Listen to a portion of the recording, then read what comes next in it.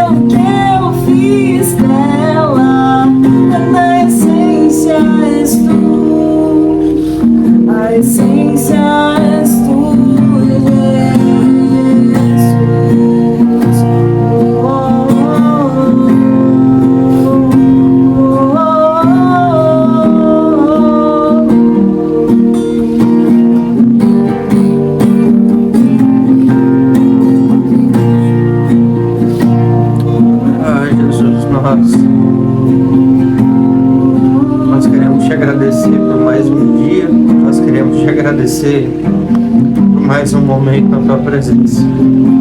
Fala conosco, fala com aqueles que nos ouvem, que essa palavra possa ser uma palavra de bênção para as nossas vidas. Amém? Quero ler com você em Atos, capítulo 21, a partir do verso 1, onde diz assim: Depois de nos apartarmos, fizemos-nos a vela e, correndo em direitura, chegamos a Cos. No dia seguinte, a Rhodes e dali a Pátara. Achando um navio que ia para a Fenícia, embarcamos nele, seguindo viagem. Quando Chipre já estava à vista, deixando-a à esquerda, navegamos para a Síria e chegamos a Tiro, pois o navio devia ser descarregado ali. Encontrando os discípulos, permanecemos lá durante 7 dias. E eles, movidos pelo Espírito, recomendavam a Paulo que não fosse a Jerusalém. Passados aqueles dias, tendo-nos retirado, prosseguimos viagem, acompanhados por todos, cada um com sua mulher e filhos, até fora da cidade. Ajoelhados na praia, oramos, e despedindo-nos uns dos outros, então embarcamos e eles voltaram para casa. Quanto a nós, concluindo a viagem de Tiro, chegamos a Ptolemaida, onde saudamos os irmãos, passando um dia com eles. No dia seguinte, partimos e fomos para Cesareia, e entrando na casa de Filipe, o evangelista, que era um dos 7, ficamos com ele. Tinha este 4 filhas donzelas que profetizavam. Demorando-nos ali alguns dias, desceu da Judéia um profeta chamado Ágabo, e vindo ter conosco, tomando o cinto de Paulo, ligando com ele os próprios pés e mãos, declarou: Isto diz o Espírito Santo: assim os judeus em Jerusalém farão ao dono deste cinto, e o entregarão nas mãos dos gentios. Quando ouvimos essas palavras, tanto nós como os daquele lugar rogamos a Paulo que não subisse a Jerusalém. Então ele respondeu: Que fazeis chorando e quebrantando-me o coração? Pois estou pronto não só para ser preso, mas até para morrer em Jerusalém pelo nome do Senhor Jesus. Como, porém, não persuadimos, conformados, dissemos: Faça-se a vontade do Senhor. Passados aqueles dias, tendo feito os preparativos, subimos para Jerusalém, e alguns dos discípulos também vieram de Cesareia conosco, trazendo consigo Manasson, natural de Chipre, velho discípulo com quem nos deveríamos hospedar. Tendo nós chegado a Jerusalém, os irmãos nos receberam com alegria. No dia seguinte, Paulo foi conosco encontrar-se com Tiago, e todos os presbíteros se reuniram. E tendo saudado, contou minuciosamente o que Deus fizera entre os gentios por seu ministério. Ouvindo, deram eles glória a Deus e lhes disseram: Bem vês, irmãos, quantas dezenas de milhares há entre os judeus que creram, e todos são zelosos da lei. E foram informados a teu respeito que ensinas todos os judeus entre os gentios a apostatarem de Moisés, dizendo-lhes que não devem circuncidar os filhos, nem andar segundo os costumes da lei. Que se há de fazer, pois, certamente saberão da tua chegada. Faze, portanto, o que te vamos dizer. Então, entre nós 4 homens que voluntariamente aceitaram o voto, toma-os, purifica-te com eles e faze a despesa necessária para que raspem a cabeça, e saberão todos que não é verdade o que diz a teu respeito, e que pelo contrário andas também tu mesmo guardando a lei. Quanto aos gentios que creram, já lhes transmitimos decisões para que se abstenham das coisas sacrificadas a ídolos, do sangue, da carne e de animais sufocados, das suas relações sexuais ilícitas. Então Paulo, tomando aqueles homens no dia seguinte, tendo se purificado com eles, entrou no templo, acertando o cumprimento dos dias de purificação, até que se fizesse a oferta em favor de cada um deles. Quando já estavam por findar os 7 dias, os judeus vindo da Ásia, tendo visto Paulo no templo, alvoroçaram todo o povo e o agarraram, gritando: Israelita, socorro! Este é o homem que por toda parte ensina todos a serem contra o povo, contra este lugar. Ainda mais, introduziu até gregos no templo e profanou este recinto sagrado. pois antes tinham visto Trófimo, o Efésio, em sua companhia na cidade, e julgavam que Paulo introduzira no templo. Agitou-se toda a cidade, havendo concorrência do povo, e agarrando a Paulo, arrastaram-no para fora do templo. Imediatamente foram fechadas as portas. Procurando eles matá-lo, chegou ao conhecimento do comandante da força que toda Jerusalém estava amotinada. Então este, levantando logo os soldados e centuriões, correu para o meio do povo. Ao verem chegar o comandante e os soldados, cessaram de espancar Paulo. Aproximando-se o comandante, apoderou-se de Paulo e ordenou que fosse acorrentado com 2 cadeias, perguntando quem era e o que havia feito. Na multidão, uns gritavam de um modo, outros de outro modo, não podendo ele, porém, saber a verdade por causa do tumulto. Ordenou que Paulo fosse recolhido à fortaleza. Ao chegar às escadas, foi preciso que os soldados o carregassem por causa da violência da multidão, pois a massa do povo o seguia gritando: mata-o. E quando Paulo ia sendo recolhido à fortaleza, disse ao comandante: é-me permitido dizer-te alguma coisa? Respondeu ele: sabes o grego? Não és tu porventura o egípcio que há tempo sublevou e conduziu ao deserto 4.000 sicários? Respondeu-lhe Paulo: eu sou um judeu natural de Tarso, cidade não insignificante da Cilícia, e rogo-te que me permitas falar ao povo.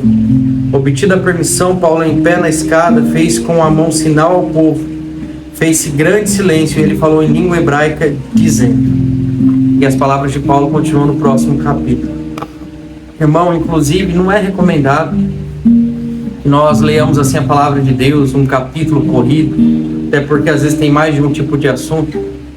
Mas como é um devocional onde nós pretendemos pelo menos entregar Atos dos Apóstolos, né, fazer a leitura e meditar em algumas das passagens, não em todas as passagens de forma específica, então a gente está fazendo dessa forma, amém? Irmãos, hoje eu quero falar de propósito. As pessoas, elas têm um romance com isso, ou como diz uma palavra mais nova assim, né? Um fetiche com a palavra propósito. Então, geralmente, o crente, quando ele se converte, e a maioria dos crentes que são mais da minha época, eu não vou saber dizer agora, os novos convertidos, mas a gente que se converteu ali pela faixa dos anos 2000, eu me converti em 2006, 2005 ou 2006, algo assim. A gente tinha muito essa coisa, qual é o meu chamado, qual é o meu propósito. E as pessoas entendiam por propósito o serviço que elas exerceriam dentro do templo. Então, se ele ia cantar, se ele ia tocar, se ele ia pregar, se ele ia orar, se ele ia expulsar demônios, se ele ia, né, evangelizar, no caso, se ele seria enviado para fora. E todo o nosso entendimento de ser enviado para fora parava no evangelista e no missionário. Esse é o nosso maior entendimento de pessoas enviadas para pregar o evangelho. Então a gente deturpou essa palavra durante muito tempo. A gente sempre falou de propósito como algo que Deus tem para com o homem e eu tivesse que encontrá-lo. Eu penso um pouco diferente, eu vou falar como nós entendemos. Para mim, propósito se trata daquilo que o homem tem com Deus. Como assim, William? Porque se propósito fosse algo que Deus tem com os homens, o homem não poderia negar. Deus tem um propósito com você e pronto, acabou. Você não tem o direito de escolha, que é um propósito, afinal de contas. Então, se você não participar desse propósito, todo o propósito maior se perdeu. Eu creio que Deus tem promessas aos homens. É assim que eu compreendo. E creio que os homens têm propósito com Deus. Como é isso, Ira? Como que funciona? Eu entendo, por exemplo, que Deus tinha uma promessa para Abraão. E nessa promessa ele dizia que Abraão seria pai de multidões. Mas quando Abraão ele se deita com a sua esposa para se tornar esse pai de multidões, ele assume um propósito com Deus. Então o propósito dele é o quê? Ele é a resposta da promessa. É quando o homem diz para Deus, ele descobre a promessa que Deus tem na vida dele, ele fala assim: Senhor, a gente vai cumprir essa promessa aí. O Senhor me prometeu que eu vou ser pai de multidões e eu vou fazer todo o esforço possível para me tornar esse pai de multidões. Então isso se torna um propósito. Por quê? Porque o homem aceitou a promessa de Deus na sua vida. E ele tomou isso agora como um propósito de vida. Então eu entendo o propósito dessa forma. Por que é importante pontuar isso, irmãos? Porque a gente mistifica a ideia de propósito e a gente nem consegue compreender que se Deus tivesse um propósito comigo, eu não poderia recusar. E como nós somos do grupo, ou do partido, ou da seita, ou da facção, daqueles que acreditam no livre-arbítrio, então nós não podemos entender que Deus tem um propósito, pronto, acabou, e o homem não pode recusar, ele é irrecusável, né? Até porque o homem pode, sei lá, se perder no pecado, ele pode tirar a própria vida. Então eu entendo assim, Deus ele faz uma promessa a você, e cabe você se você vai querer viver essa promessa ou não, se você vai se esforçar para viver essa promessa ou não. Vai dizer assim, se Deus prometeu, eu vou tomar isso como propósito de vida e eu vou lutar por essa promessa até o fim. E eu vejo isso no capítulo 21 com Paulo. Por quê? A partir de que texto? A partir de que versículos, por assim dizer? Quando Ágabo desce e vai falar com Paulo, ele pega o cinto de Paulo e ele ata os pés e as mãos. Então você imagina, ele estava com os pés e as mãos juntos, com o cinto preso. Não sei se ele estava deitado no chão com as mãos e os pés para cima ou para frente, isso não importa. Mas ele uniu as mãos e os pés e acorrentou com aquele cinto. E ele disse, é isso que vão fazer com Paulo lá em Jerusalém. Então fala para ele não descer para Jerusalém. E sabe, por muitas vezes nós somos advertidos, olha, nesse lugar haverá sofrimento e dor. E a gente vai ter que escolher se a gente vai viver o propósito, mesmo que haja sofrimento e dor, ou se a gente não vai para aquele lugar, deixar de viver sofrimento e dor, mas em consequência também não vamos viver o propósito. Nós não vamos ter um propósito vivido com Deus. Então assim, irmãos, a promessa que havia ali era o que? Paulo, se você for, vai ter sofrimento e dor. Mas ele tomou dizendo, cara, o meu propósito de vida é esse. E não importa se haverá consequências, mas eu não posso me distanciar do meu propósito. Sabe, irmãos, eu falo isso com muito temor e tremor, porque nós vivemos isso recentemente, estamos vivendo ainda, onde você é advertido das consequências do propósito, mas, cara, a gente não sabe ver em outro lugar. A gente vai passando, né, os dias, creio que todo mundo tem suas dificuldades e a gente tem sido, como todo mundo, tentado a negociar o propósito por causa das consequências, da dificuldade, da adversidade. E a gente tem tentado permanecer da melhor forma possível, pedindo sempre a Deus misericórdia para que, caso a gente não consiga permanecer, que Ele nos retorne um dia, em algum momento. E a gente olha para a vida de Paulo, irmão, e a gente para pensar, cara, ele sabia o que ele ia viver, mas ele não pestanejou, ele não negociou aquilo que ele tinha. E nessa altura de Atos dos Apóstolos, eu vejo uma igreja assim, uma igreja que entende a sua promessa, toma como propósito de vida e não negocia diante da dificuldade. E eu quero dizer isso para você hoje. Se você entender o seu propósito, o teu propósito de vida, se você recebeu uma promessa de Deus e você acatou isso no teu coração e você tomou isso como propósito, tenha ciência que você vai ser provado e tentado a sair desse propósito, a sair desse lugar, a sair daquilo que Deus prometeu. Sabe? A dificuldade, ela é humano sentir dor. Entenda isso com o teu coração. A dificuldade, ela vai tentar te parar, ela vai tentar te matar, ela vai tentar fazer muitas coisas com você. Vai ser questionado, e você vai ser questionado pelo inimigo, dizendo, cara, é só transformar pedra em pães. É simples, é muito simples. O William é fácil, é simples transformar pedra em pães. Para quem está no Senhor é simples, irmão. É É só você entregar o teu propósito que as pedras viram pães no mesmo momento.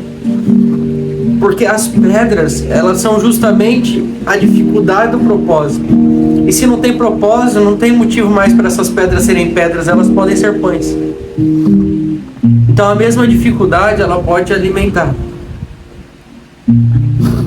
E Paulo, ele não hesita, irmão. Paulo, ele vai para aquele lugar. E chegando lá, ele passa tudo aquilo que Ágabo disse. Ágabo era um profeta de Deus. Era um homem de Deus que avisou Paulo. Ele não estava errado, era aquilo mesmo. E sabe, nós vamos ter que aprender. Nós, igreja brasileira, que a nossa perseguição está no campo das ideias ainda, não está no campo físico. Não quer dizer que não haja uma ou outra situação de perseguição específica, mas não é descarado ainda. A gente vai ter que aprender a padecer dificuldades por esse evangelho. Eu sei que hoje, o tamanho que está o nosso estado é difícil, né?